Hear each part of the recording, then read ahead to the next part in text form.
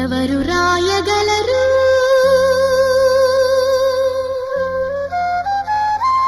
అమ్మాను మాట కన్న కమ్మని కావ్యం? ఎవరు పాడగలరు